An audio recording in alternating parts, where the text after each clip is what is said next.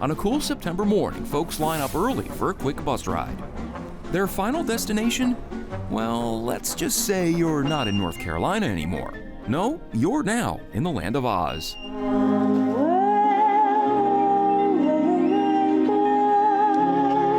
And the annual Autumn at Oz event. Autumn at Oz is an immersive theatrical festival, essentially. It's similar to a Renaissance festival, but with the Wizard of Oz. For some of the smaller guests, it might be a little too immersive. I don't like you, You don't like that mean old witch? To 3-year-old Graylin's credit, the Wicked Witch doesn't discriminate, as our producer found out. About them, now get that thing out of my face. But don't worry, it's all part of the Autumn at Oz experience. Over 3 weekends in September, over 20,000 visitors from all over make their way to Beech Mountain to visit. It's like being in the movie, walking through a live play. It's really, really magical. We have the full Kansas farm that is still there, so you go through Dorothy's house and it's neat and tidy, and then you go through the tornado cellar and you come out the other side and it's crooked. We have all of the characters along the Yellow Brick Road. You see live performances, you get photo ops, we have craft vendors and food vendors, and we sell Wizard of Oz memorabilia. Throughout the 1970s, thousands of people visited the Land of Oz to walk down the Yellow Brick Road, fly high in the iconic balloon ride, and meet the beloved characters from the Wizard of Oz movie. After closing in 1980, the park was left to decay as the owners debated what would happen next. It was a dark time for the classic tourist destination, but there was talk of demolishing the entire park to build homes. But by the early 90s, the Leidy family, who owned the land, decided to try something new. They decided to open the park for one day in July, and that grew into multiple events throughout the years, and now we run Autumn at Oz for 3 weekends every September. Dorothy, I think, is along the Yellow Brick Road. The fairy tale stories and movies we enjoy as children often bring feelings of nostalgia as adults. It was awesome. I remember coming here as I was 7 or 8 year old and just going through the forest, getting down to the witch's cave. It was a neat experience as a kid, a lot of fond memories.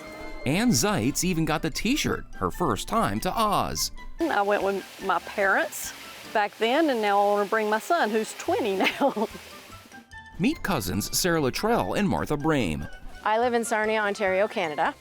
And I live in Wilkesboro, North Carolina. This duo has some fond memories of the Land of Oz and a personal connection. My father and her mother are first cousins to Harry Robbins, who is one of the creators and owners of this. So we came every summer growing up, and it was just magical. Contacted her and I said, "Are you up for it? Because I want to come." It's been really neat and to think, oh, look, it's the same. We remember things it is the same. from years and years ago.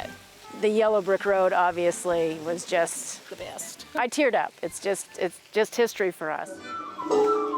I'd be tender, I'd be gentle, and awful sentimental regarding love and God. Visitors taking the journey along the Yellow Brick Road interact with their favorite characters.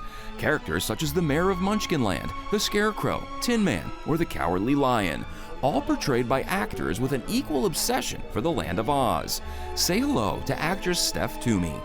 Growing up, the Wizard of Oz was everything to me. It was every birthday party, it was every Halloween. The Wizard of Oz itself, it's such a magical story. With the thoughts you'd be thinking you could be another Lincoln if you only had a brain. I could! I'm incredibly lucky and incredibly thankful that I get to have that experience and get to be part of that.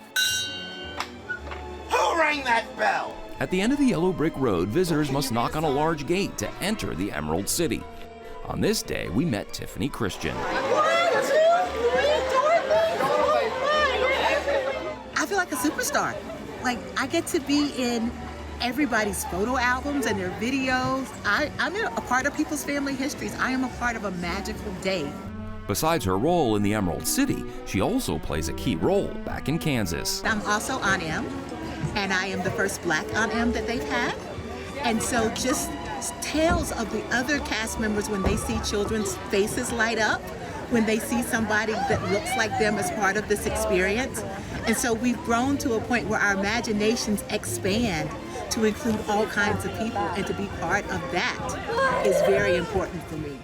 The book, movie, and this iconic theme park in the North Carolina mountains continue to impact the lives of their fans. Remember little Graylin? It's wonderful to watch the magic because she thinks she's really in the Wizard of Oz. And so the Land of Oz, through more than 5 decades, still stands as one of the North Carolina mountains' iconic tourist destinations, hopefully welcoming visitors for years and generations to come. Oh, we're off to see the wizard, the wonderful Bye-bye, Dorothy. For Carolina Impact, I'm Jason Terzis reporting. Thanks for watching, and if you don't want to miss any more great regional stories, please subscribe to our PBS Charlotte YouTube channel.